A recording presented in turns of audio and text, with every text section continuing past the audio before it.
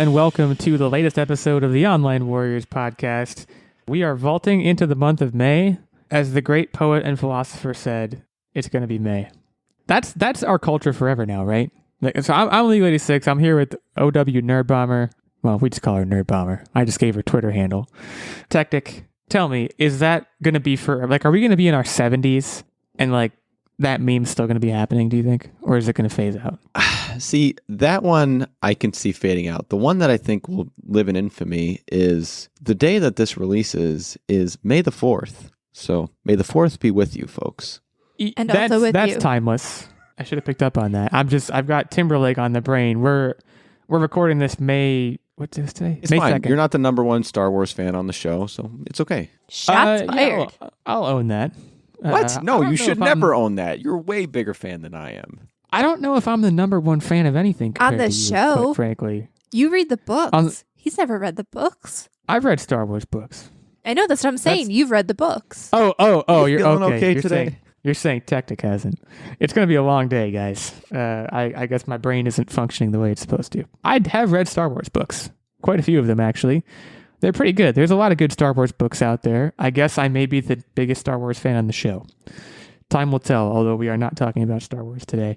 It's going to be May. The weather might be getting nicer. It might not. I don't really know these days. But hopefully it is for you. We have a great show lined up for you today. We're going to be talking a little Disney.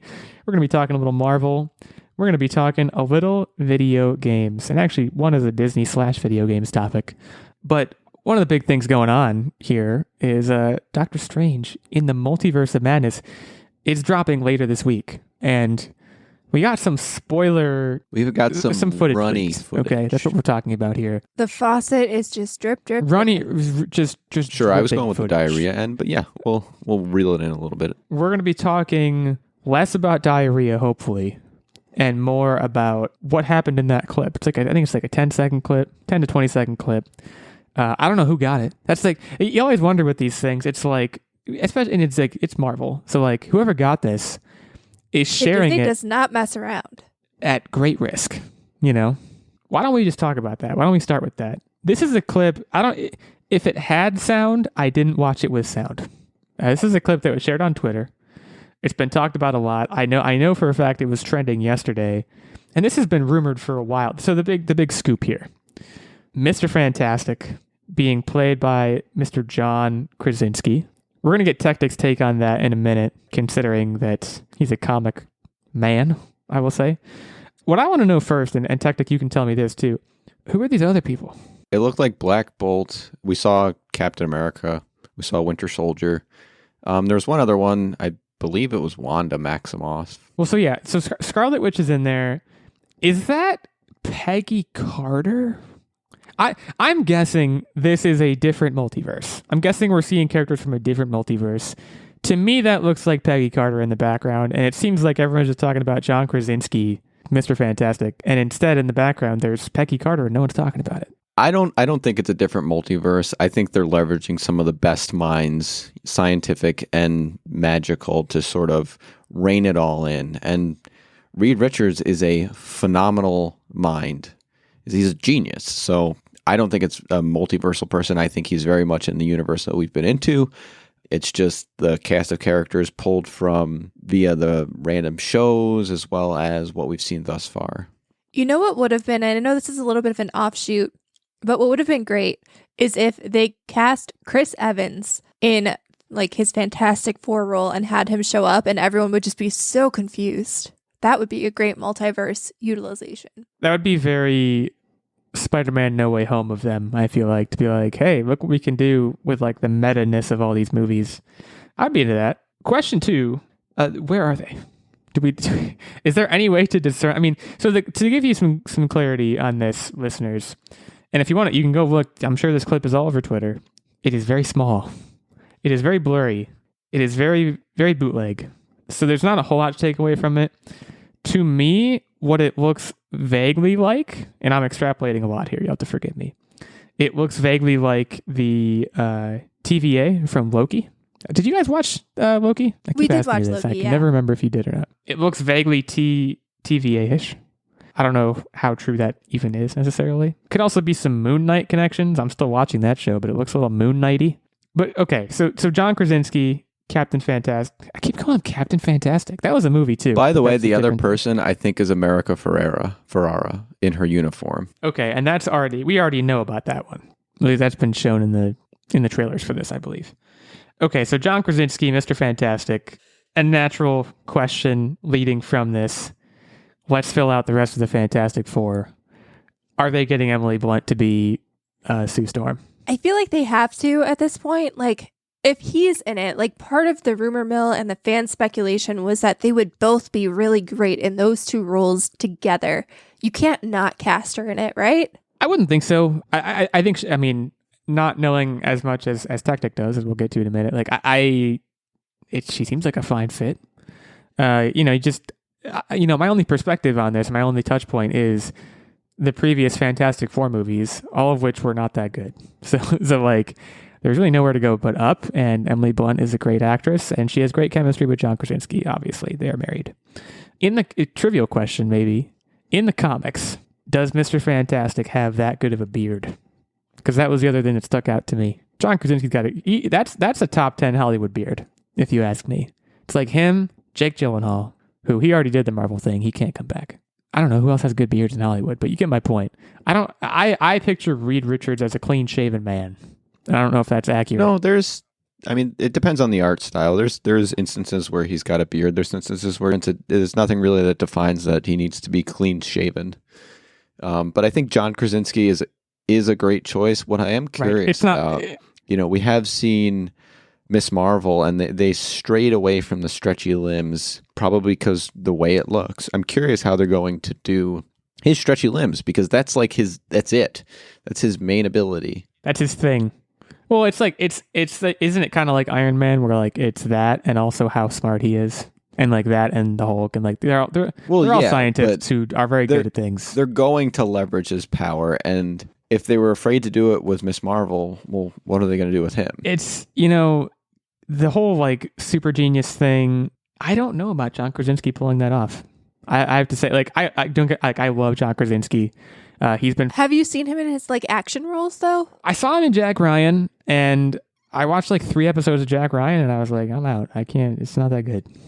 And I think I'm in the minority on that one. I think that was like actually a pretty successful show, or is it still? It might still be going on. But isn't Reed Richards not supposed to be like a superhero? Like, obviously, yes, he is, but isn't he supposed to be more of like a smart guy who happens to get superpowers? That's what I'm saying is the smartness part, the super smartness part. I don't know that I buy that from coming from John Krasinski. Like, I'm sure John Krasinski's a smart guy, but like, he doesn't sell super genius to me the way that you have your Jim Halpert blinders on, I think. Potentially. He just like, to me, John Krasinski just seems like he's just a nice guy, just a nice everyday guy. Which, yeah, I guess I'm describing Jim Halpert. Sue me.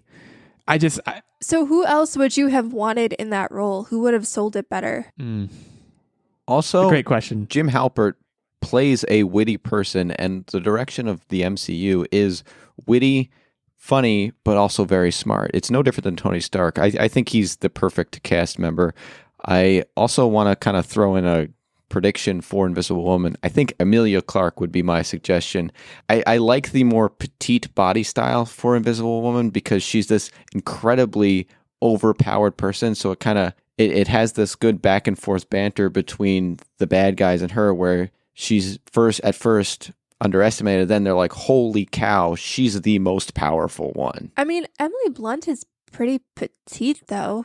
Right? I would say so, but not as petite as Emilia Clarke. But at that point, I feel like we're probably splitting hairs. Moving on the list, Flame Guy. What's his name? Human Torch? The Human Torch. I call him Flame Guy. I like to call him Flame Guy. I think he likes it too. I like to think he likes it too. Who are we getting for Flame Guy?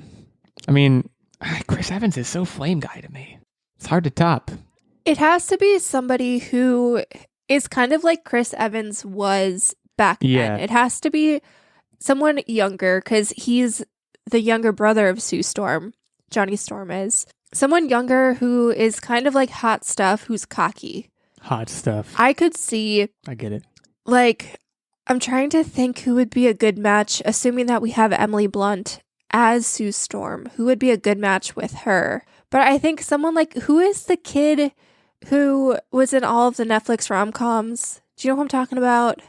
No. Noah Centineo, I feel like could be decent. I feel like he has that cocky swagger a little bit. I think DC already got him. Isn't he already in DC? You guys are gonna not like this choice because you're gonna say the age doesn't look right. But just hear me out. Ryan Gosling. Mark Wahlberg. I was gonna say Mark Wahlberg. I love Ryan Gosling in all things. I'd be on board. I wouldn't exactly describe Ryan Gosling as someone with a fiery personality or a hot stuff, overconfidence thing. But ooh, this is one that I'm stealing off of Google. Sorry, Google. But the guy who plays the guy with the hair on Stranger Things, do you know who I'm talking about? God. Not Steve. Oh, the Billy? The guy with the stash. Yes, Billy. Yeah, he'd be good. That's a good answer. That's the best answer I've heard.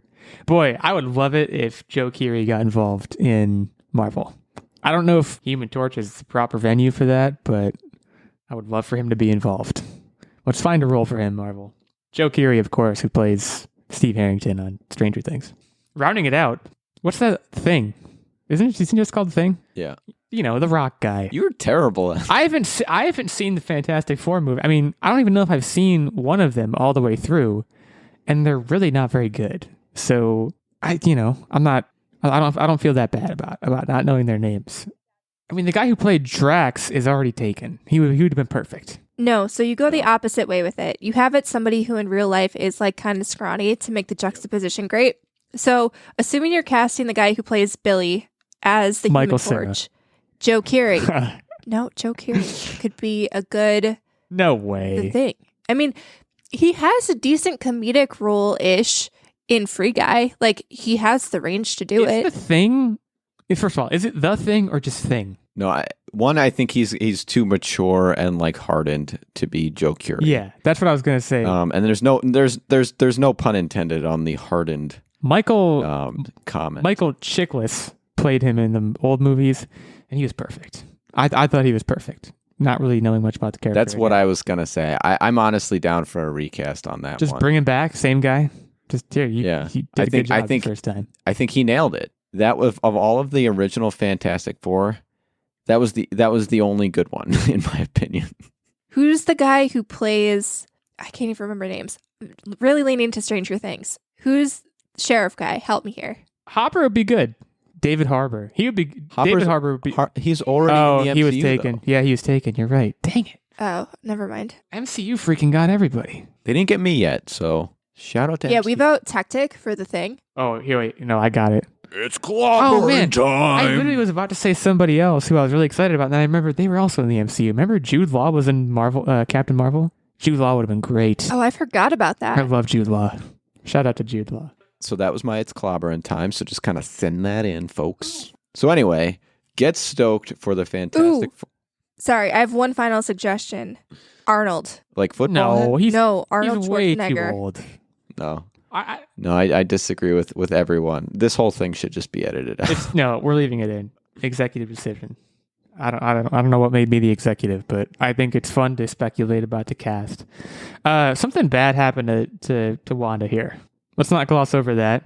Sure, her face has been through something. So stay tuned. I might see this on opening weekend. I haven't really decided yet, but I am very excited about the Multiverse of Madness. I have high hopes for this movie. I'm a big fan of Benedict Cumberbatch. I don't know. I guess stay tuned. I might go. Let's move now into the world of video games, but let's also stay with Disney. I never played Second Life. I did play The Sims, which, okay, where I'm going with this. Life simulation games. It's a whole genre. I basically played The Sims, but there's a lot more than that. And Disney is going to get involved in that space by releasing a new free-to-play life simulation game called Disney Dreamlight Valley, starring familiar faces from Disney and Pixar.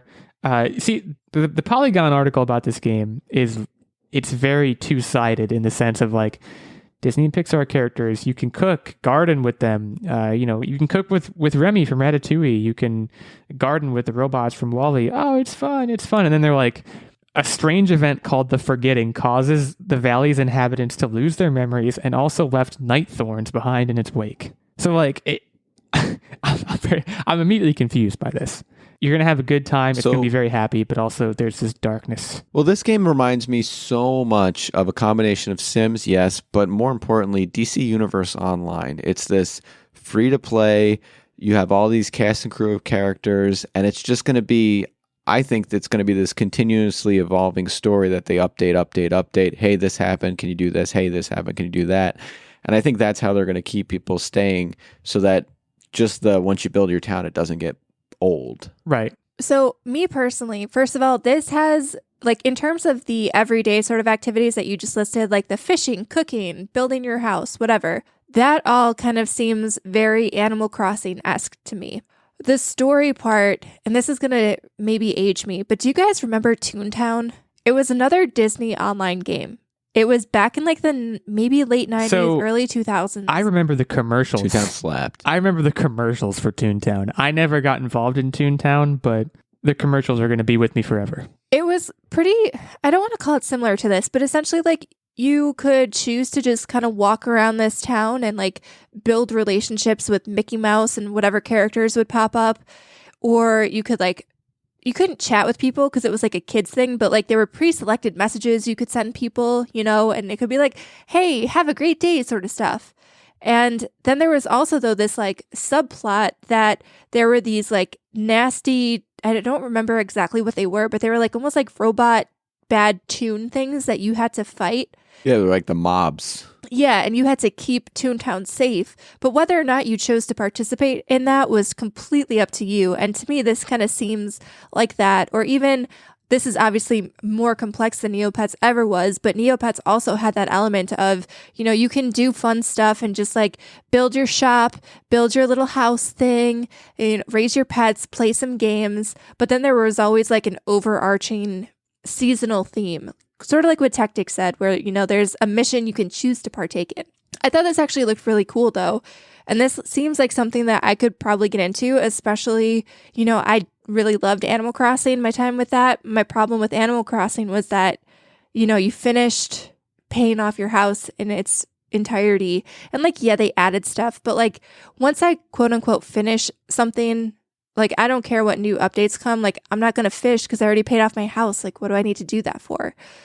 If they kind of have this game that is kind of like Animal Crossing, but there is a story element that I can play and that'll keep me coming back a little bit, I think that could be pretty successful. And one key thing that I wanted to point out here, if you looked at all of the player characters that they showed, you know, when you think of like a Disney game like this, you kind of think like, who is this targeted for? And usually it's kids. But every player avatar that they showed in this minute and a half little video that they premiered it with was an adult character. I found that really interesting. Well, I mean, how many, what's the ratio of adult characters to children characters in Disney, like, period? Because I feel like it's probably still, like, predominantly adult, right? Or am I wrong about that? I mean, sure, that's fair. But, like, when you think about something like Animal Crossing or even, like, Pokemon, those are all like you're framed as a kid, regardless of what you actually are. Well, also it's footage made by the developers, so they were probably their own avatars running through the game. But if you also go on the website to get more information, and this is why I related it to DC Universe Online, is one of the other key elements of this is you can kind of choose who are your allies and who is not. And it was showing like the image that it was showing was, who's the nasty octopus lady? Ursula?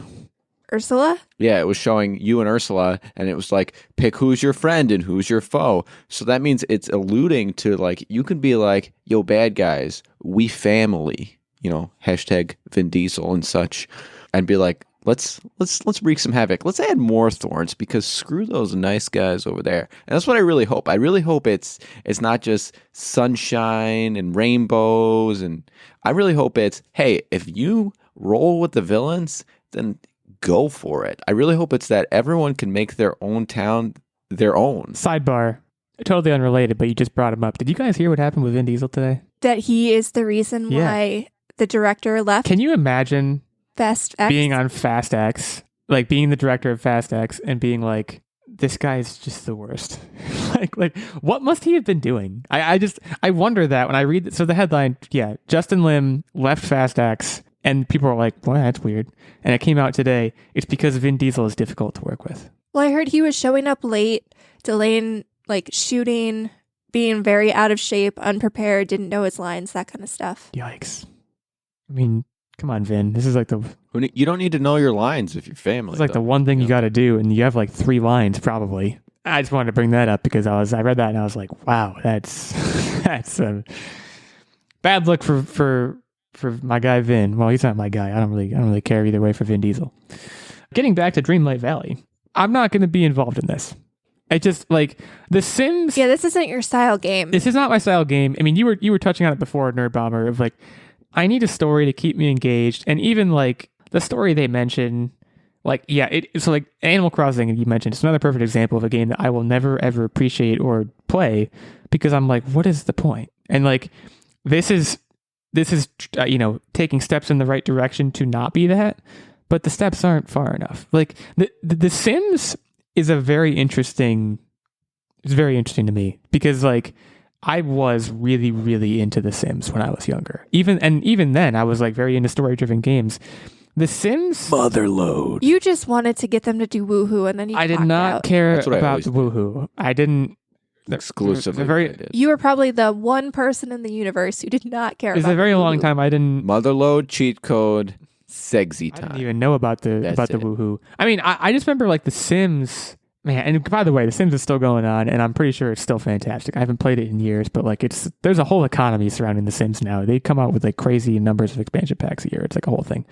It's also very useful for planning home renovations. Well, so building houses is a huge deal in that game, and that was one of the main things that kept me coming back to it. But also like the way that it's gonna sound dumb, but like the way that like getting a job and like trying to get promotions, the way that worked, man, that reeled me in so good from a gameplay perspective of like, oh man, I gotta stop playing The Sims, but like if I get one more friend, I can get that promotion and like make more money and therefore buy a pinball table. Like it was just like this very mechanical like. And first of all, let's not gloss over the fact that in The Sims, like a critical part of getting promotions was to have more friends. What is that? That instilled some weirdness in me probably as a child of like, if I have friends, I'll be, so successful in my career. What? I mean, it kind of tracks, right? The more connections, the more you schmooze. I mean, people. you guys are my friends. You haven't got me any promotions. What the heck? Hey, we promoted you to head leader of Online Warriors hosting. Yes, head leader. That is my official. The only reason that's my position at the company is because my head's really big. So they said you're head leader, like you're the leader in head size. The Sims was awesome. This is not going to be The Sims. See, I struggled with The Sims and this kind of tracks. Oh, do you light your house on because- fire while cooking? Is that what you mean? No. So if you never really cared about woohoo, you never accidentally had babies. And what would happen is if you had woohoo and you had a baby with somebody, you had to get married, then your household You and double the sim your money you're though. monitoring. You double your money though. That's great. Okay, but you're monitoring 3 people instead of 1 in terms of when they eat, when they go to the bathroom, when they shower, when they have to leave for work. And it always got just so overwhelming that I would stop. I'd tap out. That was the other goal, was like, okay, get promotions, get friends, and like learn about stuff to get promotions, but then also like get a girlfriend and marry the crap out of her, regardless of her personality or anything, so that you get the $20,000. That, which also, that's like the economy in The Sims was all messed up. It was like if you married someone, he automatically brought $20,000 into the relationship, and $20,000 was what you started with, and you could like easily construct and furnish a 1-bedroom home with that. Now, granted, those were simoleons; they were not dollars. It's not a 1-to-1 conversion, guys, but still. Talk amongst yourself. I'm going to look up the conversion rate between simoleons and American dollars. I don't think that exists, but I'll talk anyways about The Sims. Techtic, you ever do the thing? Because we talked about woohoo. Sometimes I'd be like, I'll have been playing The Sims for like 3 hours, and I'll be like, all right, I'm getting bored, but I don't want to stop playing The Sims.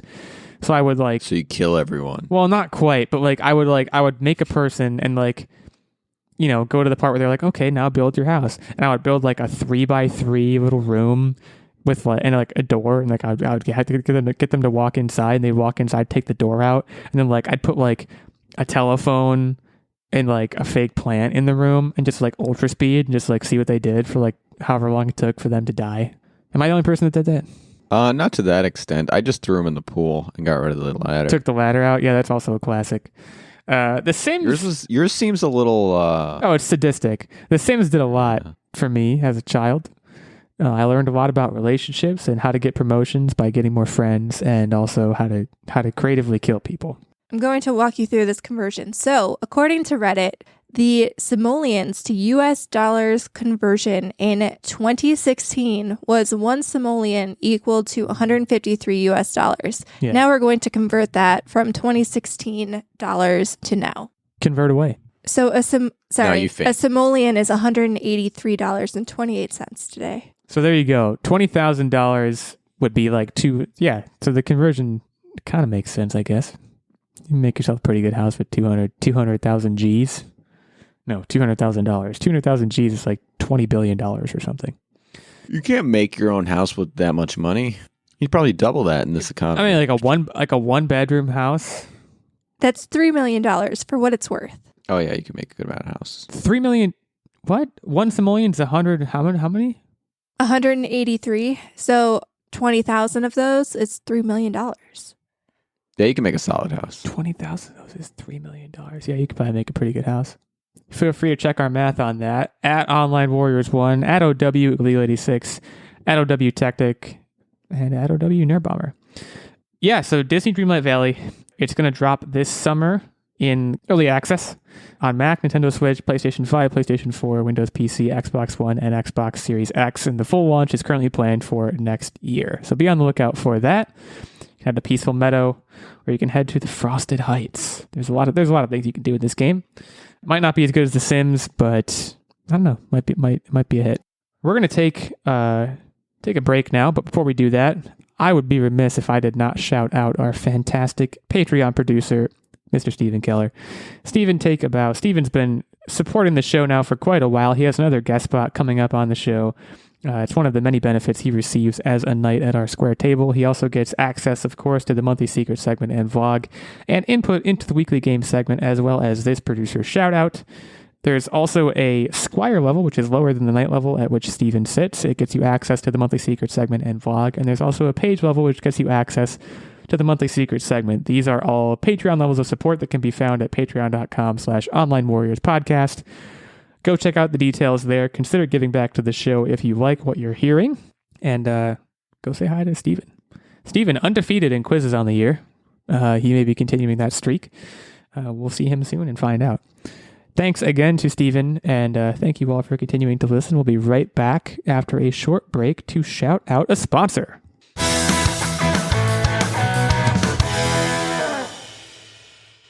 Our next partner has a product I use literally every day. I started taking AG1 because we heard them advertised on other shows, and quite frankly, I wanted to see what all the hype was about, and let me tell you, the hype was real.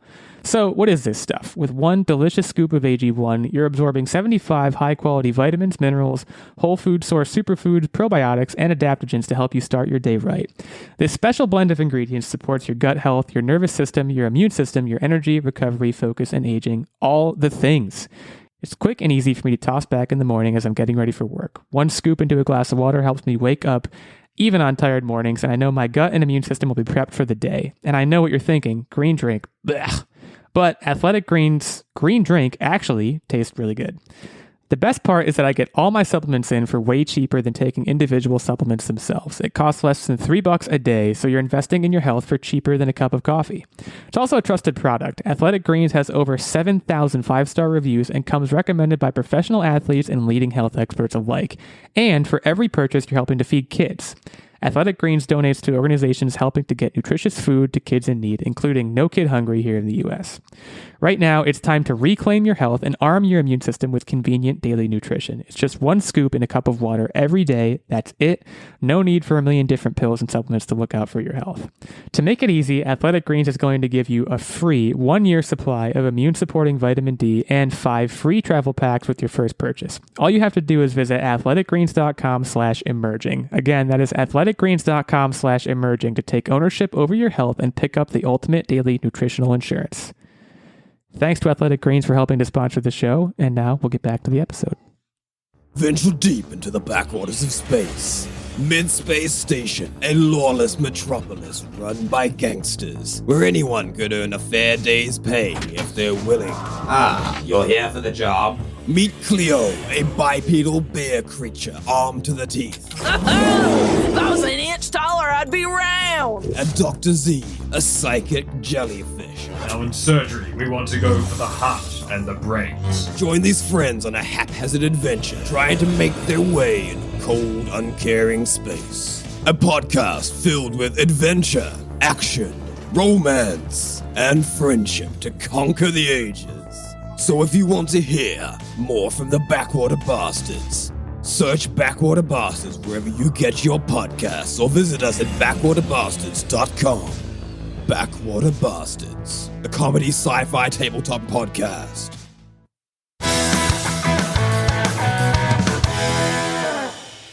Okay, we are back. Let's talk about the Embracer Group, which a lot of you have probably never heard of, but they just bought Eidos, Crystal Dynamics, and Square Enix Montreal for $300 million. Now, you might know some of those companies because they're responsible for things like Tomb Raider, Deus Ex, Thief, Legacy of Kain. I think I saw Marvel's Avengers in here. I mean, there's a bunch of AAA titles in this deal. So Embracer, and they describe themselves as the best kept secret in gaming. This is direct from Phil Rogers, Square Enix America and Europe CEO. Embracer is the best kept secret in gaming, a massive decentralized collection of entrepreneurs whom we are thrilled to become a part of today. It is the perfect fit for our ambitions to make high quality games with great people sustainably and grow our existing franchises to their best versions ever. He says a lot more here. Embracer is going to have, after this deal, 14,000 employees, 10,000 game developers, and 124 internal studios. So this is a big deal. It was just announced recently that Crystal Dynamics is developing a brand new Tomb Raider game with Unreal Engine 5. I played the first Tomb Raider. I don't think I actually beat it, but I almost did. That was back when I had an Xbox One. That was the only game I think I played on the Xbox One, actually. It was amazing. I think Tomb Raider is a premier IP, so this is a big deal. Deus Ex has been kind of quiet for a while, have they not? When did Mankind Divided come out? I feel like it's been a while. It's been a bit, yeah. But this is a big deal. I mean, there's a Perfect Dark game in development. Well, Crystal Dynamics is helping Microsoft, the initiative, develop the new Perfect Dark game. This is a huge deal. I mean, I've also played Thief a little bit, and Thief is really cool. $300 million, especially considering a lot of the other mega deals we've been hearing about that are in the billions. It seems like a bargain to me. I don't know. I mean, am I wrong about that? Well, I think what's interesting here is that this seems like it's all of the Western divisions of Square Enix, and I know it's kind of been like this weird contentious relationship. Like, Square Enix is a Japanese company.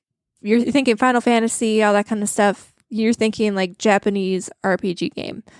All of the Western titles, Tomb Raider obviously sold really well, but I'm thinking like obviously Marvel Avengers and even Guardians of the Galaxy, which did very well in terms of, critical reviews and won a Game of the Year, one of the awards. And like, I thought it was great. I know recently Square Enix came out and said like it didn't meet their expectations.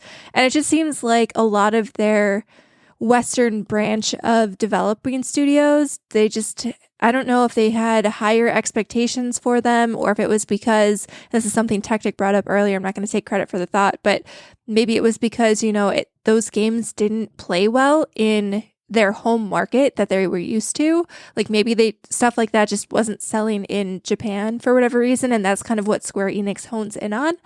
But for whatever reason, it seemed like they had this like contentious relationship almost with their Western studios. So you think they might be divesting in a way? Square Enix might be and saying, "Oh yeah," because I mean, someone else take this. They obviously like retained all of their, I'll call them home studios, and really all of the ones that got sold off were the Western studios. So I think maybe they're just like, we can't make this work. We're tired of this. And then they also came out in a statement and said they're going to use the money to do like NFTs and blockchain. And that's confusing to me because why? NFTs, look, I'm willing to admit here on the podcast among friends, I still don't even really understand what they are. I just know that they're silly. It's kind of like I think they're silly. So like I also think they're silly. Like the quick crash course, if I had to give one, is like sort of like a Bitcoin. You own something on the internet. Like right. You're owning basically an authentic, unique identifying code for whatever you bought. And it's basically proof that you are the one person to own this. But it's also a digital thing that you're buying. And I don't know. Like I don't see the value in buying like a GIF when I can just find the GIF and right click save. So I've seen the picture of the monkey that is like wasn't like the first NFT. I've seen it like 100 times, and guess what? I don't know who owned it. Why would I? Who cares? Like I don't. They're also bad for the environment because of all the blockchain stuff. Square Enix, what you doing? That's the moral of the story here. But Tomb Raider was awesome. Looking forward to the next Tomb Raider game because I want to get back on that train. I played the crap out of Tomb Raider for a while, and I was very into it. I also think anyone who played Horizon Zero Dawn would probably love Tomb Raider because I think they're very similar. And it's not just in the sense of like chick with a bow. It's more just like in the sense of the crafting. And from what I remember the gameplay being, there are stealth elements that if you want them, relatively combat driven, great story. I remember being very into Tomb Raider. So to me, that's like the premier... like the highlight of this, and I have to imagine the crown jewel, so to speak, for Embracer. But I mean, well, I think that alone would probably be an IP that would make the deal worthwhile. That said, like it makes me a little concerned for some of the other games. So for like example, Guardians of the Galaxy, I loved it, absolutely loved it. As soon as I finished playing it, I was hoping for a sequel. Yeah, you don't want it to but change. If you look at not even that, but like you look at what the Embracer group typically does, and I know they say, and they have said in the past, I don't remember when, like, I don't know if it was like a press conference or whatever, but I remember they said they wanted to delve into AAA games. But if you look at their portfolio prior to this acquisition, the majority of the games that they put out are kind of more like AA games. And don't get me wrong, I love AA games, and I think there should be more of them. But when I see something like Guardians of the Galaxy, which was probably very big budget because you look at the set pieces in that game, and I think I'm the only one who's played it here, but like big theatrical cutscenes, set pieces, voice acting, you had licensing for actual music in the game. And I worry because I think that would suffer from getting the AA treatment for sure. And I wonder how many other IPs might end up getting the AA treatment instead of, the full AAA experience that they might deserve. Yeah, I suppose Tomb Raider could... I don't know. Tomb Raider, I think, falls into a sweet spot there. I think, like, yeah, it has kind of a big budget quality, but it isn't like Guardians of the Galaxy. I think your concerns are justified there because there's certain ideals that they have to adhere to being a Marvel product, and like that's why Avengers went the way it went, right? Is like people were expecting something they were never going to get from Avengers. I think Tomb Raider, Tomb Raider is a very interesting franchise because it has this history to it of like the Angelina Jolie, Lara Croft, like back at like the first PlayStation that had like it's been so long, and when they decided to kind of like reinvent themselves was like what was it 6-7 years ago, and I still, in spite of how good it was, my experience playing that game, I don't know if the identity that those games has is necessarily strong enough for me to demand things out of it that a AAA game studio couldn't necessarily meet the expectations of. I think, yeah, they're going to need to kind of beef up their production capabilities, and we have to see if they have the chops for this kind of thing. But I think Tomb Raider actually might be a great thing for them to cut their teeth on. Thief would be another example. Like Thief to me is a franchise that it almost is AA. Like I don't even, would you consider Thief to be a AAA franchise? I don't know how big of a deal Thief is, but I think it was a big deal because like Thief is actually an old IP. Like it was around. Yeah.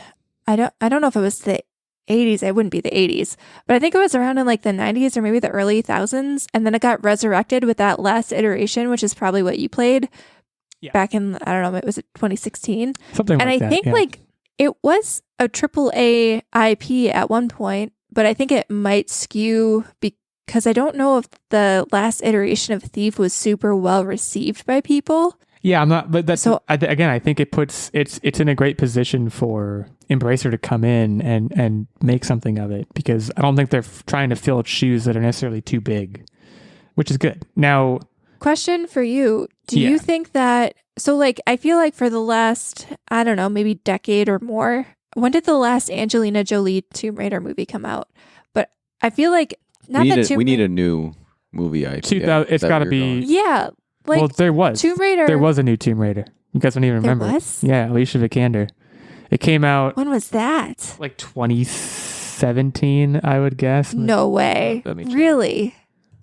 Why don't I remember this? Alicia Vikander Tomb Raider came out 2018. Oh, Just okay. Then I just guess I about- take that back. Just about 4 Wow. years ago. I don't think it did well.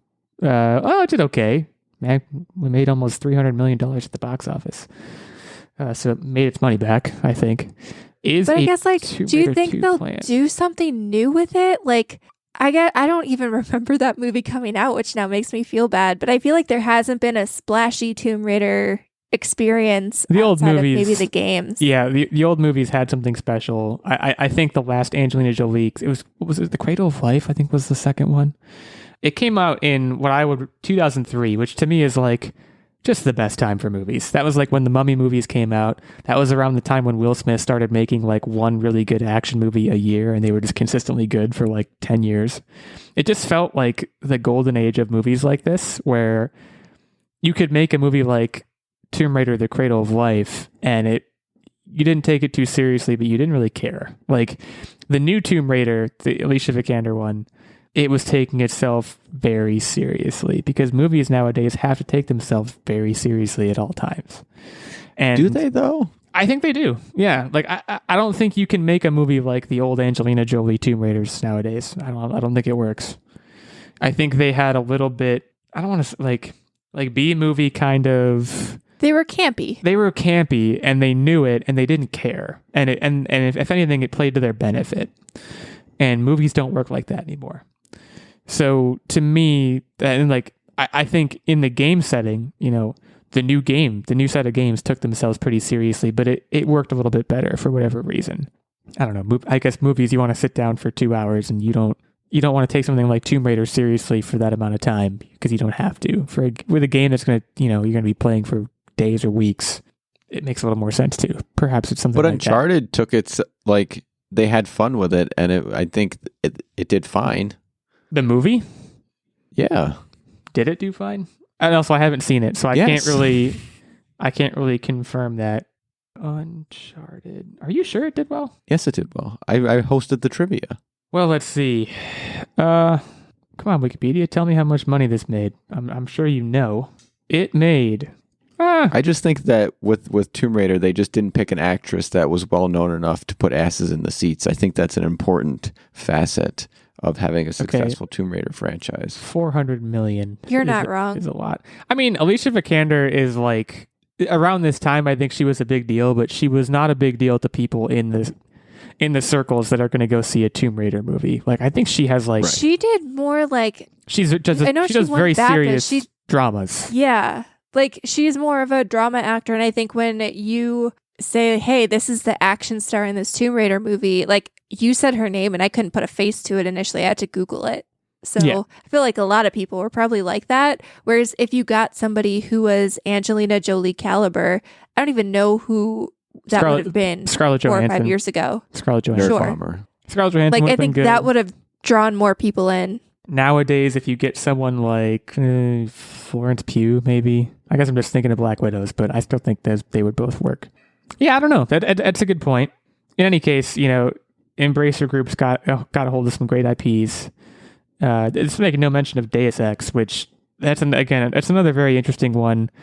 I'm not sure that they have a particularly big following, but it's a great thing for them to build on. I think between seeing games like Cyberpunk, Watch Dogs, and all these tech-forward games, it's proven time and time again that there's a market out there, and it only makes sense for them to go forward with that IP. It can be good, definitely. I don't know what you do with a franchise like Deus Ex. I'm wondering. I mean, they should just start over, because like at this point, They need to change up the animation because that guy, when I was playing, I was like, this guy looks like Mel Gibson. Well, no, for me, it's more so that you need to give me a jumping in point like the recent Tomb Raider reboot did. Like, I don't want to jump into Deus Ex now because I don't know what's going on. You need to start me off fresh. But you also don't want to be jumping into Mel Gibson. Probably not. I would probably rather not do that. But yeah, we'll see what Embracer Group comes up with. Check in on them every now and again. That brings us to, what are you up to Wednesday? Hey, Techtic, let us know what you've been up to. What do you say? So there's a movie that I have been fighting tooth and nail against a Nerdbomber to watch. She's been wanting to watch it, and I'm just saying, we're too old to watch this. It's not going to be good. We watched Moonshot. And first of all, you are too old to watch it, but tell me how it... No. Why did you want to watch it? Was Moonshot? Good.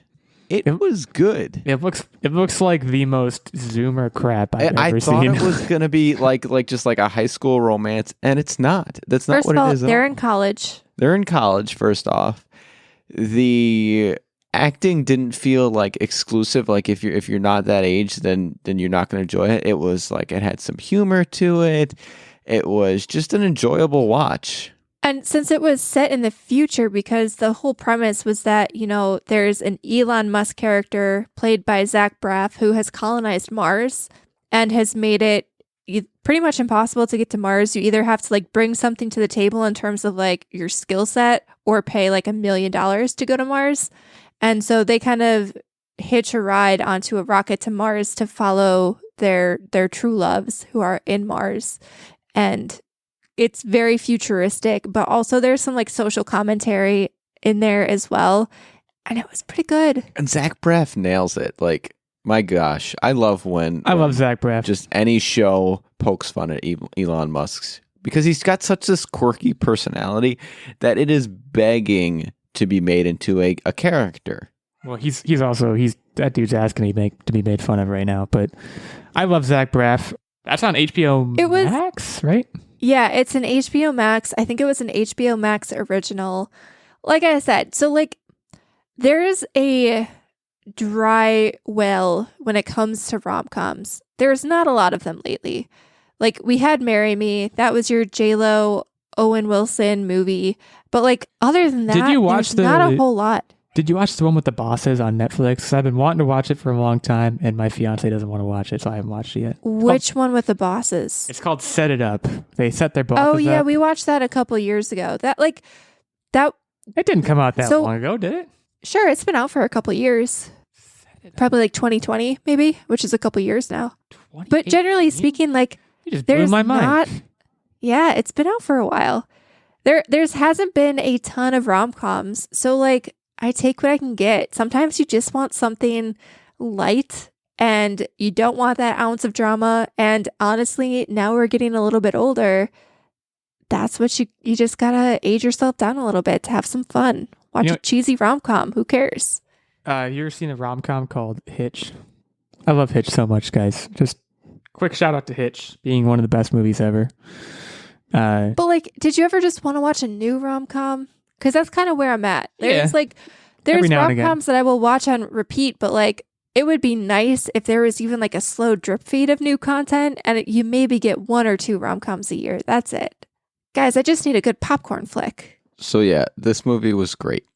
I recommend it. Don't shy away from it. Just watch it. Let your inner child flourish. And they're college kids. They're not children. It's got space. And you can't go wrong with space. Nerdbomber's fighting real hard against the children thing that you're pushing.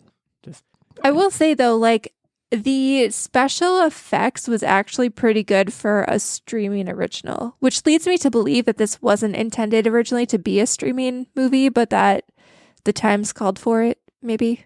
Yeah, there's a lot of movies like that right now. And then the other thing that I wanted to talk about that we haven't yet mentioned in this episode, so May the 4th is when this is being released, but right after that is Cinco de Mayo, and you guys all know I love cooking. So I will be making homemade chicken tacos.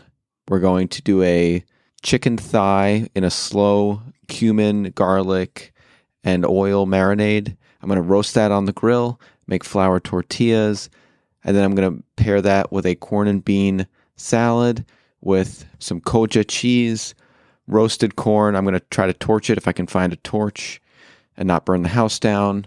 Some cilantro, some diced red onions, and a little bit of jalapeno. You messed that up. Actually, you're going to use dill instead of cilantro. I will okay, we did Instacart and they messed it up big time. I will get my hands on cilantro. Mark You can his guarantee it. words. Well, whenever you want to drop some by, you know where I live, because it all sounds delicious. And wrapping it all up, margaritas, baby. And I don't care if it's Tuesday or Thursday. I was going to say Margaritas, baby. Last I checked, it's definitely not Tuesday. Cool, man. Let us know how it goes. Keep us up to date on your Cinco de Mayo. On my end, I really only have one thing to mention this week. Started a new television show. Ooh, do tell. My fiance and I are into true crime, but also just like crime. We're into crime. We're not like doing crime, but like, there's a new show. Crime gets you off. We'll do okay. I wouldn't say that. But we like watching shows about, like True Detective, that kind of thing. Mayor of Easttown. And a new show just came out on FX/Hulu called Under the Banner of Heaven, which stars Andrew Garfield, who is really hot right now. And he is amazing in this show so far. They came out with 2 episodes on the first day, which is kind of interesting. They did like a double premiere kind of thing. This show is it's based on true events. It's based on a true crime novel called Under the Banner of Heaven about a town in Utah where some murders happen. And it centers around, it's a Mormon community. And Andrew Garfield plays a detective who is a Mormon. And just it's immediately grappling with, the murders themselves, but also just like how ingrained, the Latter-day Saints are into this community, and how the idea of like, how could anyone commit a crime like this if everyone's a Mormon? Like, it's just there's I'm learning a lot about the Mormon faith, and also Are there any females on this show, or is it just more men? Okay. There are females on the show. It's great so far. We'll definitely recommend. Gonna keep watching. We've also watched some Moon Knight.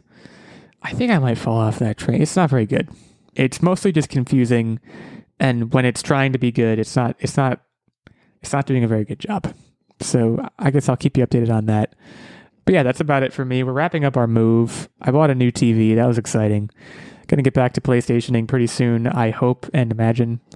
But until then, just, hanging art on the walls. Just moving stuff, So that's about the short and long of it for me. Long and short of it, I should say. So Nerdbomber, why don't you round us out here? So one of the shows that we started watching, so I commented how, we watched Marry Me, which is the J-Lo rom-com. And in order to watch that, it made just more sense to subscribe to Peacock for a month, because it was actually cheaper than renting the movie through pay-per-view. And then, you get Peacock for a month. So we did that, and we actually found this show. It came out pretty recently, Killing It.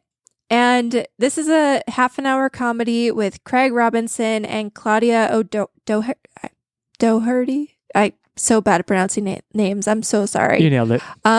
Yeah, nailed it. You would know her. She was the friend in Love on Netflix if you watch that show. And basically, Craig Robinson plays a character also named Craig, who is kind of down on his luck. He really wants to, though, start a business, like work hard. He has this dream of opening a saw palmetto berry farm, and he thinks that'll make him a millionaire because apparently it can like shrink the prostate or something. But he has this idea where he's going to basically corner the market and become a big saw palmetto berry distributor. But in order to do so, he needs $20,000 to buy land. And, he's kind of down on his luck. Bad things keep happening. He loses his job. He ends up living at a gym. And, other things like his brother's kind of into like sketchy crimes, robbing banks, like shisty stuff. And he just wants to make it authentically. So, he has a really bad day and happens to get into an Uber with the other character, Jillian G, who introduces him to the world of python killing, which apparently in Florida is a real thing, that, pet pythons have been let loose and there's no natural predator for them. So they actually pay people to kill and turn in pythons. And they find out that there is a big competition to kill as many pythons as you can in a month for, you would guess it, $20,000. This is actually a super fun show. It sounds kind of stupid when I describe it like that, but if you like Craig Robinson's sense of humor, which I do, this is just, it's really great. There's a lot of, social commentary about the times kind of hidden in the background. It's not like super in your face, but it's definitely there. And just like characters who are very quirky, but you somehow come to really like them, even though they constantly are hitting a wall and doing stupid stuff to get them in like deeper and deeper trouble. But, it's very cleverly written. The episodes are like, some of them, feature the entire ensemble of the cast. Some of them focus on a single character and over the span of like a day, what each character is doing on that day and how it ties together. And it's very well written. I was pleasantly surprised to stumble upon this show. Like I said, it came out actually in mid-April and I had never heard of it until we were browsing through Peacock and I was like, hey, I like Craig Robinson. Let's watch this. And it has been one of the highlights of shows that we've watched in quite a while. Techtic, do you have any thoughts on the show? I can't get enough of this show, honestly. I've even, you guys know me in garden. I've looked at what zone saw pimento trees grow. So this show has got me hooked, and this pitch sold me. I mean, do you wake up in the middle of the night, got to pee again? Well, let me tell you, it's your prostate. If you look at the saw pimento berries, he's your guy. There's a lot of shows like this that are hiding in the background, I suspect. And it has something to do with the fact that none of us have cable anymore. Like, another show that I mentioned 2 years ago, 3 years ago, was this show called Undone on Amazon Prime. And I liked it a lot. And I talked about it on the show. I remember I did. And I just found out like 2 or 3 days ago, because on the Fire Stick, it's a Prime Video show. So on the Fire Stick, it gave me a banner on the front page saying, Season 2 of this show is now available. And I'm like, I didn't even know. Like, it just, there's shows that just are flying around in the background, and if you blink, you'll miss them. There's too many options. Well, I think too, like the tertiary streaming services, and I do consider Peacock to be a tertiary streaming service, they don't do a good job of advertising the shows that they have, and they don't really do a good job of selling you on those shows. I remember when Peacock was first introduced as like a thing, they premiered this like panel of shows that they were going to bring to the service, and I was like, just okay. But like, Killing It is made by the creators of Brooklyn Nine-Nine, and I love that. Like, literally, I don't even understand why it's on Peacock. Why not just put it on regular TV? I mean, I kind of get why, because it's a little more, there's like blood and vulgarity and stuff like that. Yeah, it's a little edgier, so I don't know if it could be on network TV, but I don't know. It's really good, and I'm confused why this is just like flying under the radar. It came out 2 weeks ago, and I feel like more people should know about it. So this is me telling you, watch it, because it's pretty good. Well, now I can never watch it. I don't have Peacock anyways, so there was really no danger there. But cool. Killing It on Peacock. I think you have a quiz for us.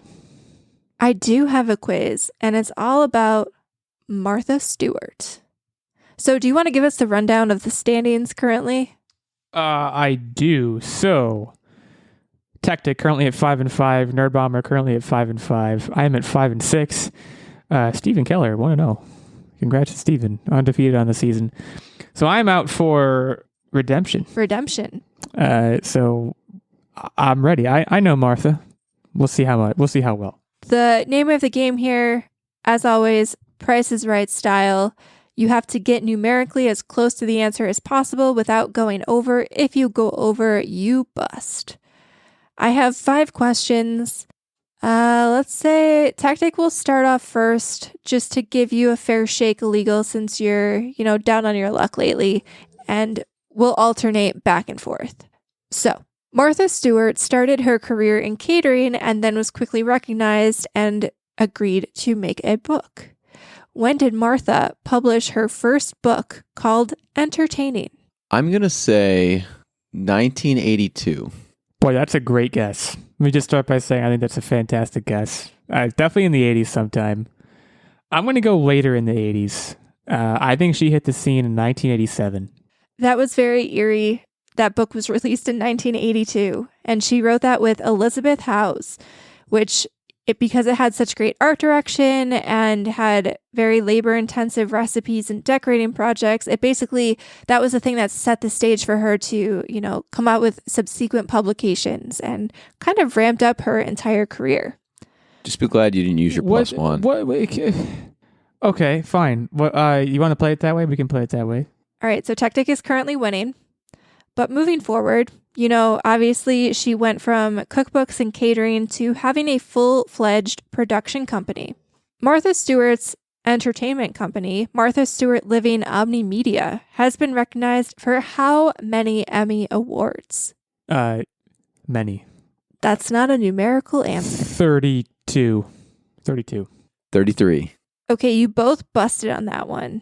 Suck it, nerd. They've actually been recognized for 18 Emmy Awards since the company's inception in 1997. I head faked you.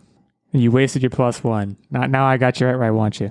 All right, so all of these accomplishments, Martha Stewart was from New Jersey originally and was inducted into the New Jersey Hall of Fame, which I didn't even know existed until this very quiz was written. It's literally a hallway. It's Jersey. Wow. In what year was she inducted into the New Jersey Hall of Fame? This was surprisingly recent. This was actually 2016. I'm going to say 0 BC. The 0 BC paid off. She was inducted into the New Jersey Hall of Fame in 2011. So Techtic, you were actually close, but you busted. So right now, this game is tied at 1, and we still have 2 questions to go. And one person has their +1 and one person doesn't. For those keeping track at home. All right, so one of Martha's fan favorite friendships is with Snoop Doggy Dogg, D-O-G-G. And they even had their own reality TV show. When did it first air? This was fun. I'm going to steal Techtic's previous answer and say 2016. That sounds about right to me. I'm going to say it was 2005. Illeagle gets this one right on the nose. Martha and Snoop's potluck dinner party premiered November 7th, 2016. So Illeagle is currently in the lead. It's 2-1 going into the final question. Can he hang on to the lead? Now, I'm talking a lot about Martha Stewart's accomplishments, but we do have to acknowledge that, she did some bad things. She was convicted of... She prison lady. Yeah, she prison lady. She was convicted of conspiracy, obstruction of justice, making false statements. How much time did she serve in prison for those charges? It was actually 3 years. 3 years and 1 day. Guys, you both busted. That's what she I'm talking served about. 5 months in prison. Then another 5 at home. But in prison, she served 5 months. So, yeah, but then if you add that up, it basically rounds up to 3 years. It's just basically 3 years. No.